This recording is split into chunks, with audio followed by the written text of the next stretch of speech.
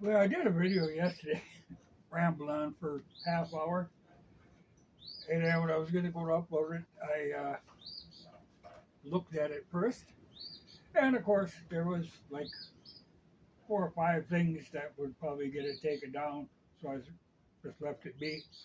You don't dare talk about Israel, or you could end up in jail. Funny thing with our First Amendment.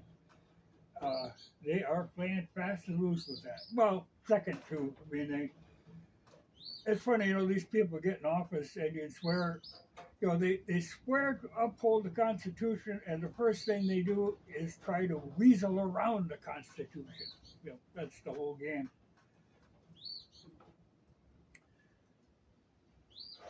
And you're not supposed to mention it.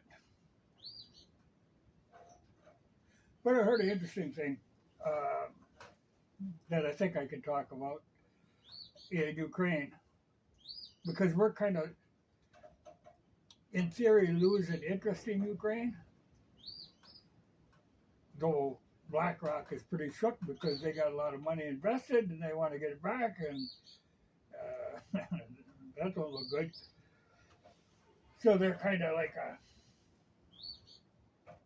loan shark now. Where's my money? We want our money, and Ukraine can't even pay the interest on the money that they borrowed from BlackRock. So they're going to end up foreclosing on them if there's anything left to Ukraine to foreclose on. But I hear that Macron, he's talking tough all the time. He has decided he's going to send in the Foreign Legion, claiming that this isn't quite the same as sending troops in because these people aren't actually French citizens. So he thinks that's a reasonable way to kind of skirt this issue. But, the Russians are going to take them out right away. They're going to push them right to the front lines, and the Russians are going to take them out right away. They're not going to show any mercy for these. The only good thing is, being that these aren't French citizens, they are simply in the Foreign Legion. They are basically mercenaries. They could very well desert and go over to Russia like a lot of Ukrainians are doing. So you're not supposed to talk about that either, but that happens a lot. But these Russians aren't going to hesitate to take these Frenchmen out, though they aren't technically Frenchmen according to Macron. And I think the scheme is then this would be a kind of foot in the door. France will say, "Oh my gosh, you killed our people," so they want to send in more, which will of course die too. And then the Brits are itching to get involved in some manner, though all these countries, the population doesn't want this at all. It's these crazy New World Order, WEF people that are in charge of things, that are just itching to get into a battle. Poland too. But I think like Germany is kind of saying, I don't think we want to get involved in this. But we don't either. I mean, we're coming up with this excuse that, okay,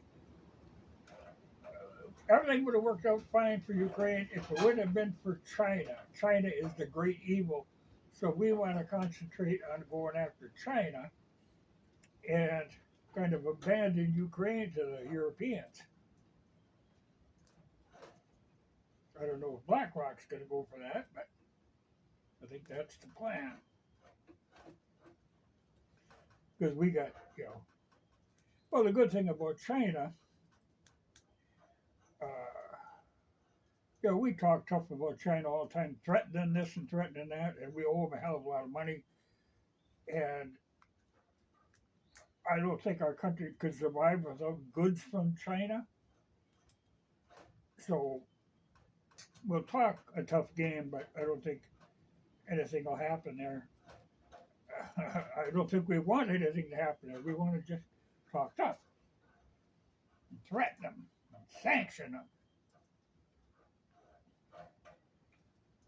But it's a game we've been playing there for quite some time, so I don't think that's going to change. I can't see China suddenly say enough is enough and really taking us on. China's in business, just bad business to start a battle with your customers.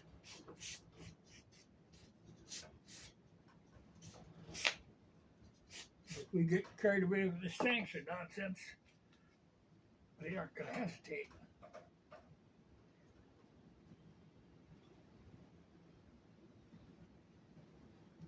Got some gardening done yesterday. Put about 100 miles on the bike again. And I was going to do it today, but it's supposed to rain this afternoon. So I'm working on a carburetor that will go in that hot rod bike. I've got a whole box of these 38 Makunis and picking through and finding the one I wanted to use. But this one happened to have a gasket that was just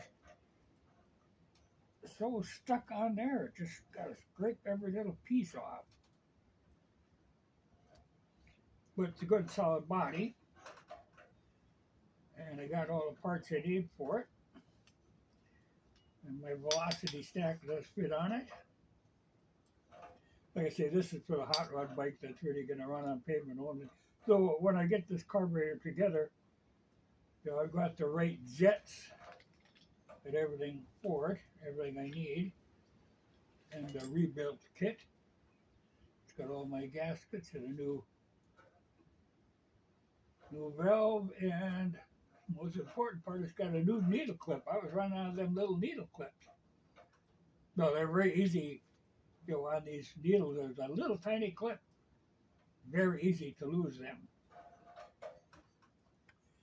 But I think I got what I need. So, as long as I got all the parts organized, I want to get this carburetor together. And if I get it together, it's very easy to slip it on the bike, on my street bike, and just try it out.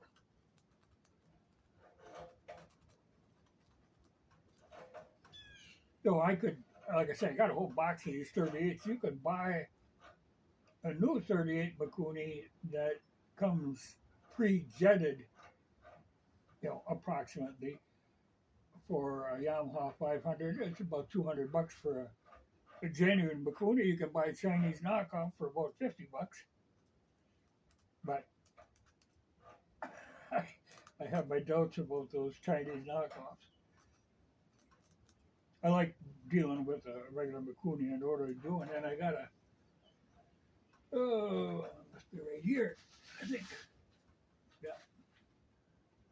The Makuni, Sunco Makuni catalog.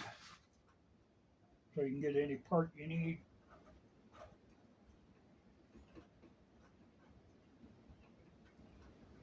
And it gives you an idea of the tuning.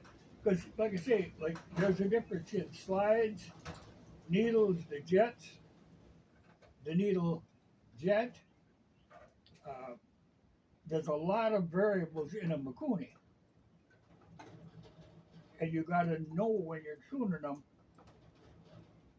different parts, like, needle and the needle jet and the slide, they change the power to the throttle setting. You got to figure out where the range that each component works at, get the optimum use of that range. They're really a flexible carburetor, but that makes them complicated to tune. But I have a little experience with Makunis, so I stick with them. So these old VMs use the round slide. A lot of the newer Makunis, they come up with a square side. It's kind of like Electron has. But I like the precision a Mikuni. Of these old round slide ones. And like I said, I got a whole box full of them. One thing that's hateful though is, they always use this. A lot of British bikes use this stuff too. This plastic fuel line and vent line. That is horrible stuff. It gets hard as a rock. It just breaks. So that ain't going back on there. You can get new stuff that works a lot better.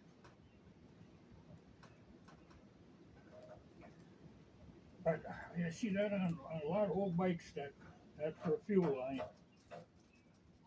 And once, when it's new, you can put it on there and it'll harden up in place. But the first time you take it apart, you are screwed. You just will replace it. And I don't really need to be able to see in my fuel line. I've got some of the, like for vent lines and stuff, this newer Viton rubber stuff that doesn't harden up.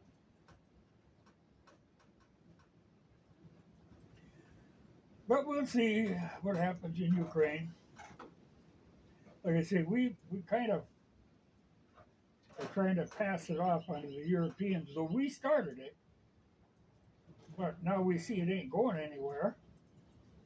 So we kind of want to bail and say, we got other things we want to do. And we'll leave it to the Europeans. But, like I say, if France keeps running their mouth and they get too involved, everybody's kind of positioning now. It's either going to be they're going to back off or they're going to go whole hog, because the Russians are just stomping the Ukrainians. It's a constant retreat.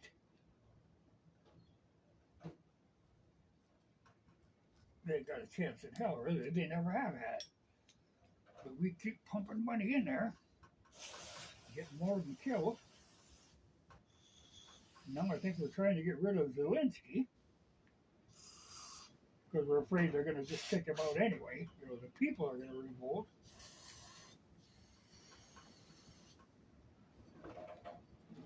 Soak this body for a while. Which is a good solid carburetor.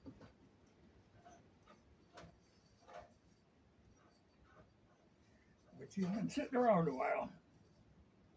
And I don't think I ran this on anything. I think this is just one of my extras. I tend to pick them up.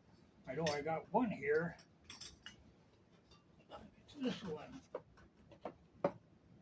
Yeah, this one I ran at one time because this one is set up. There's a nozzle that goes into the bell mouth here for an accelerator pump.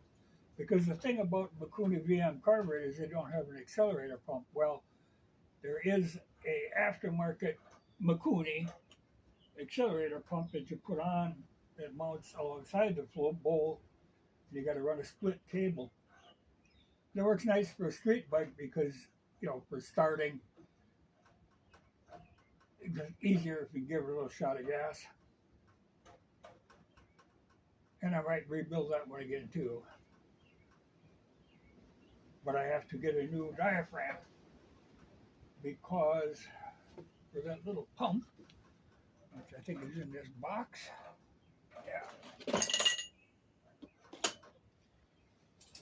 it mounts on the side of the fuel pump and, like I say, runs with a split cable. But it is a regular Mikuni part. But somebody borrowed it one time. They needed it on a drag bike that was burning alcohol, and the alcohol ate the diaphragm up. But I think I can get another diaphragm from Mikuni, probably in the catalog. It's looking better, but I think I'll soak it for a while. And go in the garden and work and hope a cat doesn't come across here and mess up my whole arrangement. Because I got all the old parts here, the new parts here. And I tell you, it's very, the numbers they put on these jets and on these needles, got to have a magnifying glass and a flashlight. Very hard to see.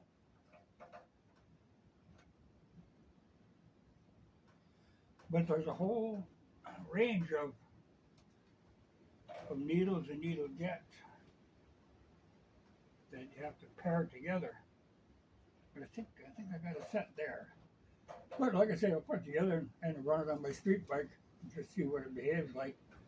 It's going in that hot rod bike, and the only difference that will be higher compression and it's got a cam. But running it in my street bike, I should get close because the exhaust is kind of the same. And I got a big K&N air filter on that, so just running the velocity stack shouldn't make much difference. I mean, that K&N flows really well. But I figure I'm not going to be driving that bike on gravel roads, so I don't need, got to put a screen on to keep small birds from getting sucked in.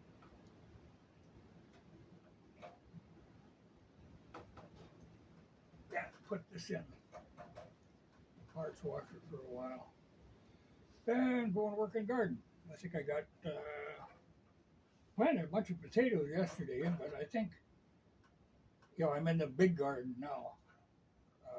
I can put the corn in because we're supposed to get rain tonight. And it's windy as hell now, but I think corn isn't so bad to plant in the wind. You can't plant carrots in the wind, I'll tell you that. There's some seeds that when it's windy you just don't mess with. But corn, it'll drop. Oh. Yeah, I'm satisfied that this will be a good carburetor. But we'll soak her. Well, I hope the cats don't find it.